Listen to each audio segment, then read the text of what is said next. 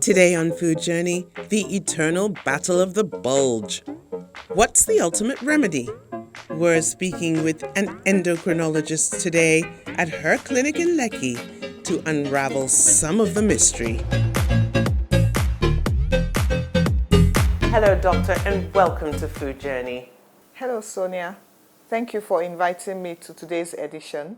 I know that all our viewers out there today are really excited to hear about the medical side of weight loss, the processes. So the first question I want to ask you is, could you tell us a little bit about calorie counting and calories? What is a calorie? Simply put, a calorie is a unit of energy. But looking at it from the nutrition point of view, a calorie is the energy you get from the meal you eat. And then calorie can also be described as the energy you burn when you exercise, putting it in a simple way. Because of that, the amount of calories or energy or nutrition required varies from one individual to another. Take, for instance, someone who is sedentary, who is not active. Such an individual would require less calories than a physically active individual. Likewise, the calorie requirement for men differ from that for women as well. Doctor, tell us, how does the body actually use the fuel, the food fuel that we put into it? What's the process from when we put food into our mouth until it is used completely by the body?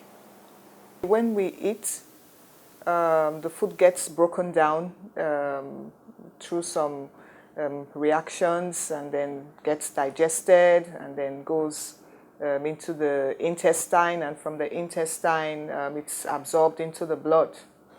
And the energy that comes in from the food we have stored in our body, it can be stored in, it's used for three activities.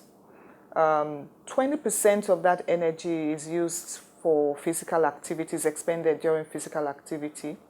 10% of that energy is used to break down, to digest the food itself. And the bulk of the energy, about 50 to 80%, is utilized by the body in the resting state. So take, for instance, when you breathe in and out, when your heart beats and then circulates the blood, your cells, they replicate, they tidy up themselves and all that. So all these make up 50 to 80% of the body's utilization of energy. Could you explain to us, what is fat actually made of? And how is it stored in the body, and how does the body actually know when to use that fat? Fat, it's like oil. We get it from the things we eat, like margarine, palm oil, vegetable oil, and the body stores it actually all over the body. It can be stored in between the organs, it can be stored in the abdomen, it can be stored in the bone marrow. So it's stored generally in every part of the body. And the body utilizes the stored fat during periods of starvation or hunger. The body starts breaking down the fat to produce energy. I've read that there are two types of fat. There's white fat, I think, and then I heard there's brown fat, and one is more difficult to get rid of than the other. Could you explain that to us, Doctor? Okay, there are two types of fat. Like Sonia said, there's the brown fat and the white fat. I would say the brown is the healthier type of fat. It's stored in smaller portions, and the body uses it to keep warm when they and maintain the body temperature.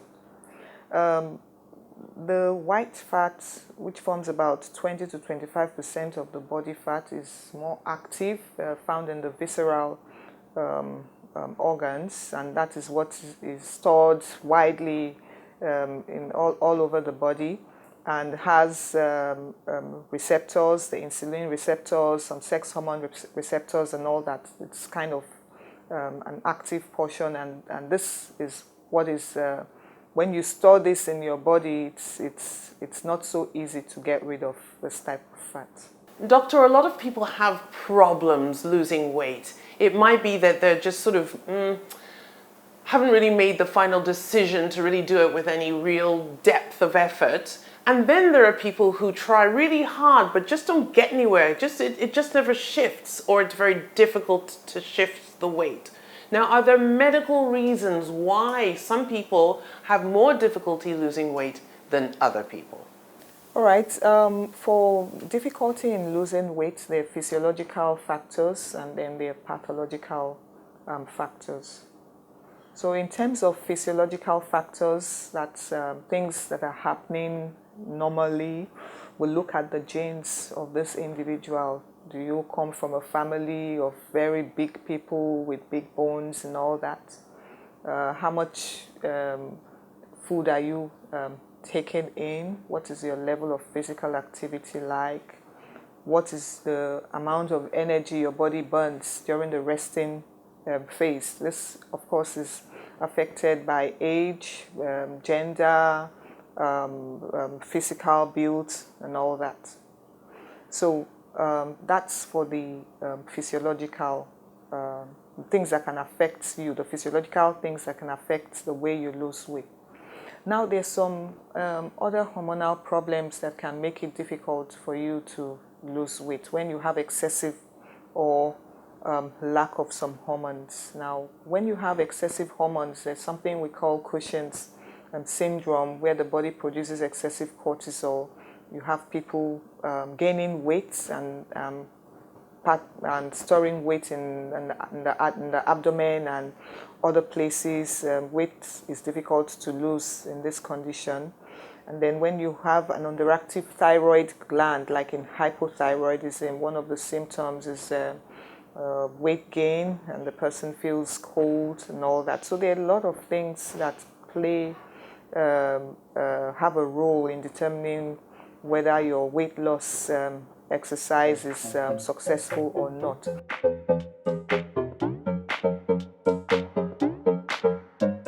There are a lot of fad diets we hear about, but basically the best way to lose weight is good old nutrition, good nutrition and physical activity. A combination of both of them will give you sustained weight loss. Now, what do I mean by sustained weight loss? Many times you find out when people do all those fad diets, they lose weight, and then give them a month or 2 or 3 months, everything is back on. But if you are able to get the basics right of weight, of calorie, that is what you bring in and what you use up from your nutrition, good nutrition, and then physical activity, if you're able to balance both, you are on your way to having an ideal weight for you. And even if you don't lose all the weight you need, as long as you keep moving and you're eating right, you are on the right path to good health. Tell us, doctor, when you're on this weight loss journey or even a weight gain journey, how important is it that we keep tabs on what we're eating, how we're feeling, etc.? Just sort of keeping a journal of all of this. Now, Sonia, I'll answer your question, but I'd like to say something first. Most of us, when we get our money, we plan for our money and we keep track of our expenses. Likewise, it is very important that you keep track of what goes into your mouth and your physical activity. So for you to have a healthy weight loss goal, or you want to maintain a healthy lifestyle, it is important you keep track of your food, your drinks, and your level of physical activity.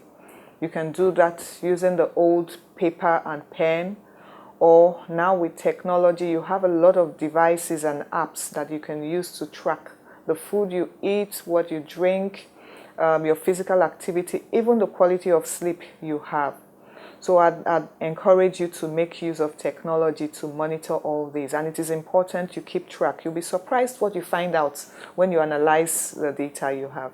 Well, Doctor, I'd like to thank you so much for all this really rich information that you've given us today. I know that it's going to change the course of thinking of many people out there when they're embarking on their weight loss or their weight gain journey. Thank you so much again, Doctor. It's been a pleasure. Thank you so much, Sonia. It's been a pleasure spending today with you. Thank you. The doctor's perspective was really valuable.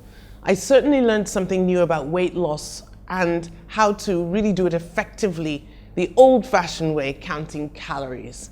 Now, it's all very well and good counting those calories and staying within the limits for your own particular energy expenditure. But in my layperson's experience, there are 3 factors which come to the fore, and they're very important to me when I'm eating in this vein. They are quantity. Will I be satisfied? Will my belly be full? Quality. Would I have taken in nutritionally everything that my body needs and not just what I want? And 3, taste. Will I be able to savor and enjoy the experience? Now, just because you're on a special eating regime, I don't like using the word diet, it doesn't mean you're doomed to a lifetime of endless salad. The recipe chosen today has been carefully planned to suit someone like me, a woman aged 50-something, physically active, with a non-sedentary, mentally challenging occupation. My calorie intake should be 2,000 to 2,500 per day. The food we're making today represents some of the healthy ingredients I love. A beautiful white snapper, full of good healthy oils. Couscous, gotta love that. Really a tiny type of pasta made from semolina and wheat flour. Latent energy for my morning run. Aubergine, beautiful black beauty, sweet peppers, and one of my faves, zucchini, will rock in this recipe completely. Hello and welcome to the kitchen. So we've all seen what those fabulous ingredients are, what they're going to do for our body, and how many calories we're trying to get out of this entire meal. The next thing we need to do is talk about the fish. So here's our beautiful white snapper.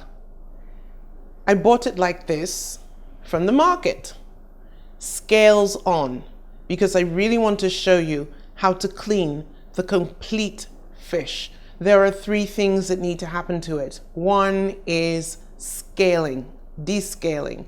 2nd is slitting open the stomach here, removing the guts, and then snipping these very spiny fins, which will give you a good old prick if you're not careful. There's nothing you're going to say to convince me that there's any joy in cleaning fish. Remember to seek out the bits which are easily skipped. And a sharp knife too will help.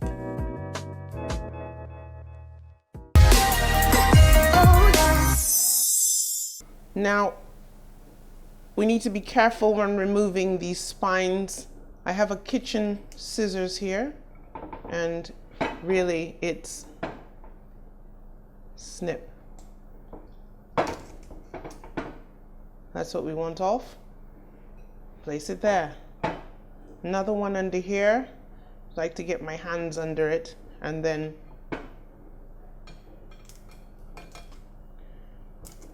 rip it. There we go. Second one. Keep looking around. Opposite side. This one.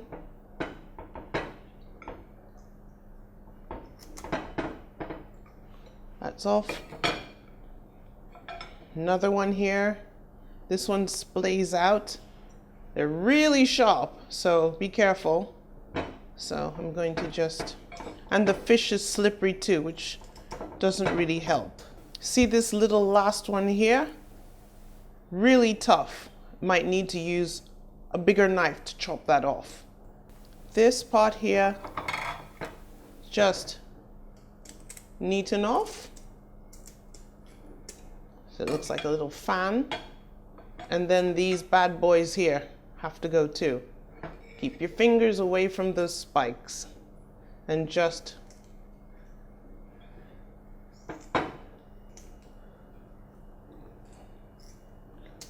cut, cut, cut.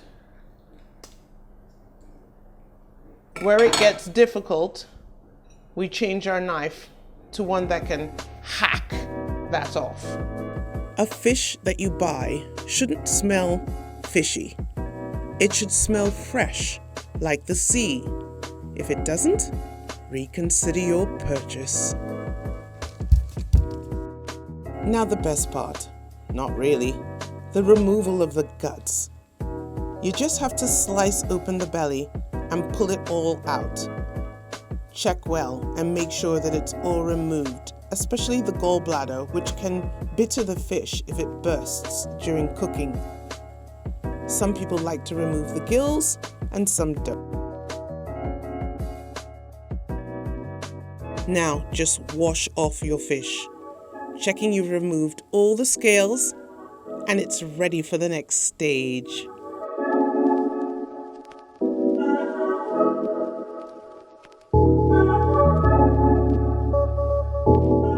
I'm going to make some slashes so that we have spaces apart from the belly area for seasoning to go.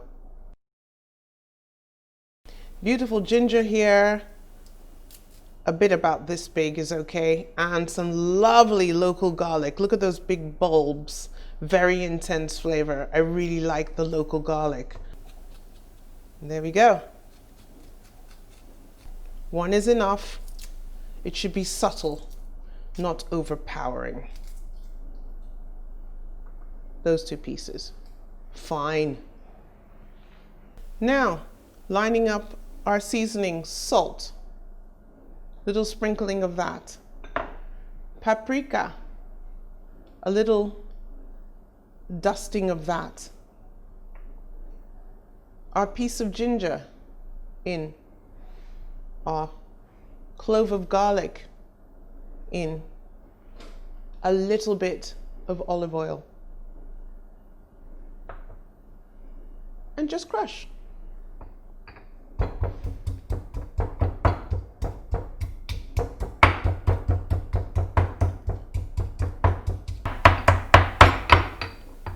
Okay, now we have a beautiful smelling, oh yes, paste. And this will go inside the fish.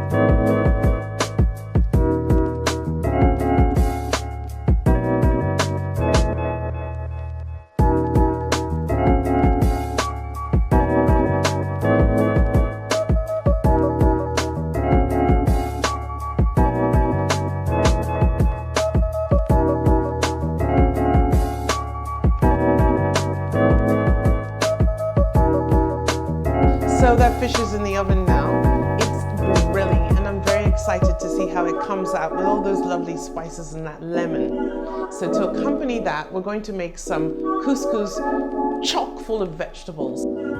These vegetables are all being lovingly cut. Some are going to be used within the couscous and some as decorative elements. Color, texture, flavor, healthy low-calorie goodness, all to be grilled in a ridged grill pan.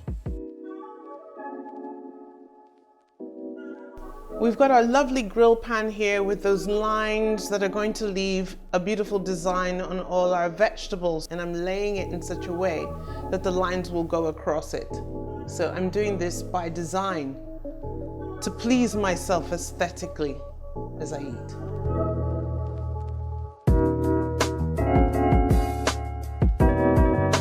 Any amount of couscous that you'd like to make dry must be covered with about 1.5 millimeters of boiling water, no more. We don't want it to go mushy. Just cover it up for a few minutes and then you can fork it through.